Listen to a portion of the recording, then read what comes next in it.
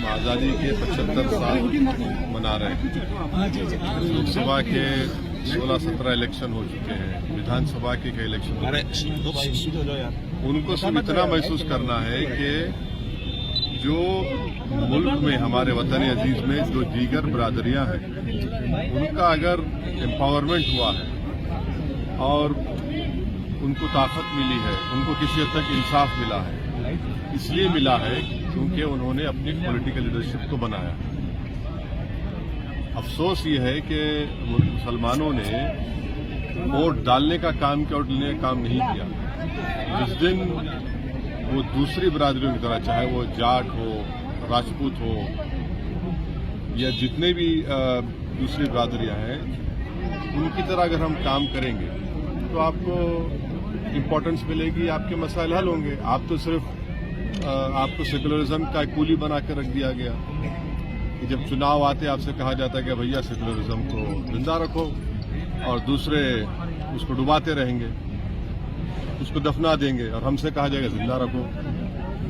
ना हर जो social, educational, economic parameters आप देख लीजिए, और इसीलिए हम लोग अपनी पार्टी की तरफ से 1 महीने के अंदर हम एक रिपोर्ट तैयार करे हैं राजस्थान के मुस्लिम्स के बारे में।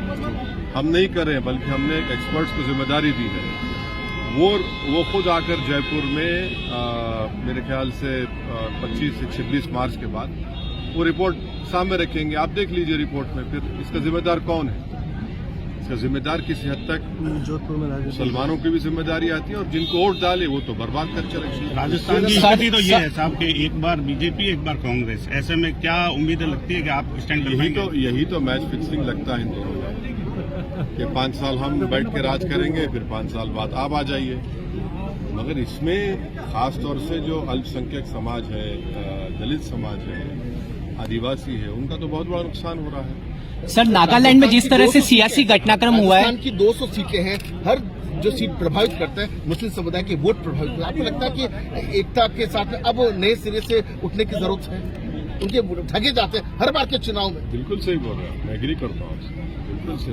हर देखिए, मुस्लिम इशू कब बनता? चुनाव से पहले, उसके बाद फिर 4.5 साल उनको भूल जाते हैं, तकलीफ उठाना पड़ता है। अब हम वो आज से आप राजनीति का नया रंग डालने जा रहे हैं। नहीं, नया रंग हमारा एक ही रंग है, राजनीति का रंग। बम्बा में जो राजनीति का मुख्यमंत्री का गृह क्षेत्र है, पार्टी को मजबूत करना है, पार्टी को फैलाना है, चुनाव की तैयारी करना है।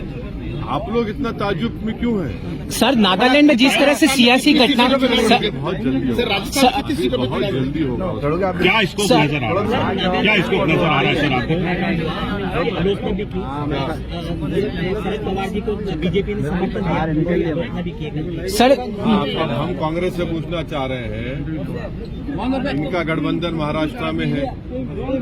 अब कांग्रेस को सेकुलरिज्म याद नहीं आता, कांग्रेस को फिरका परस्ती याद नहीं आती, कांग्रेस को बीजेपी का पूरा एजेंडा याद नहीं आता। यही तो जिसको उर्दू में बोलते हैं ना मुनाफिकत, जिसको उर्दू इंग्लिश में बोलते हैं हिपोक्रेसी, अपॉर्चुनिज्म है कांग्रेस का। भाई, उनके साथ की एक पार्टी जो है नागालैंड में बीजेपी की सपोर्ट करती है, और हम चुनाव लड़ते हैं तो इनको पेट में दर्द शुरू होता है और इल्जाम लगाते हैं हम पर। बोलना चाहिए, अशोक गहलोत को बोलना चाहिए, उनके तो बड़े अच्छे संबंध हैं राष्ट्रीय कांग्रेस से, कि कैसे उनकी पार्टी बीजेपी, उनकी साथी पार्टी बीजेपी को सपोर्ट कर रही है। भाई, ये पॉलिसी आप देखिए, यही तो हम कह रहे हैं कि आप 24 में कैसे हराएंगे बीजेपी को। आप खुद तो भरतनाट्यम कर रहे हैं पॉलिटिक्स का।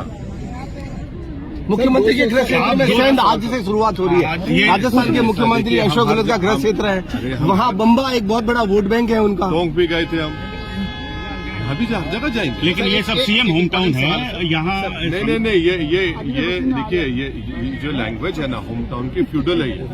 सर, ये राजस्थान का हिस्सा है। 9 साल के मोदी जी के राज में क्या मुस्लिमों का मर्म और दर्द को समझा गया है? देखिए, अभी जो बजट आया है उसमें 40% बजट कम कर दिए मोदी जी माइनॉरिटी मिनिस्ट्री का। उन्होंने प्री मैट्रिक स्कॉलरशिप को, मौलाना आजाद ने फेलोशिप को बंद ही कर दिया।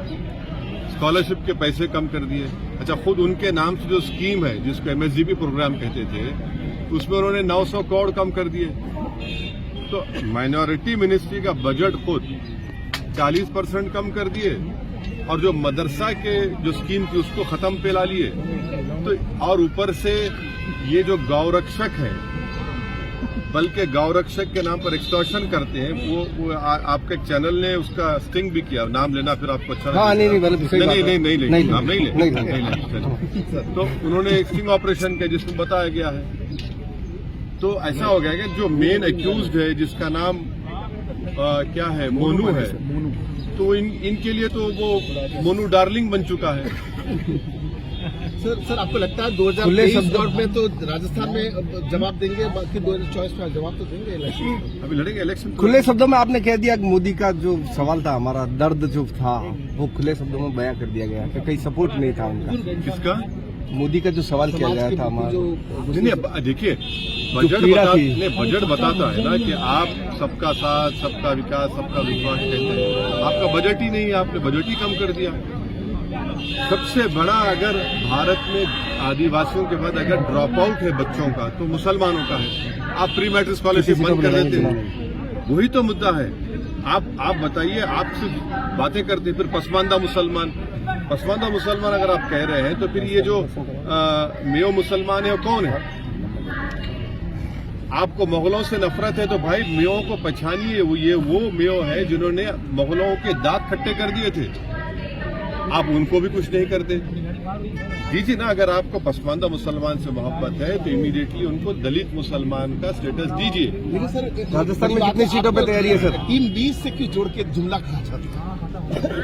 ऐसा है ना कि जो इंडिपेंडेंट पॉलिटिकल लीडरशिप के लिए काम करता है, इन चौधरियों को पसंद नहीं आता।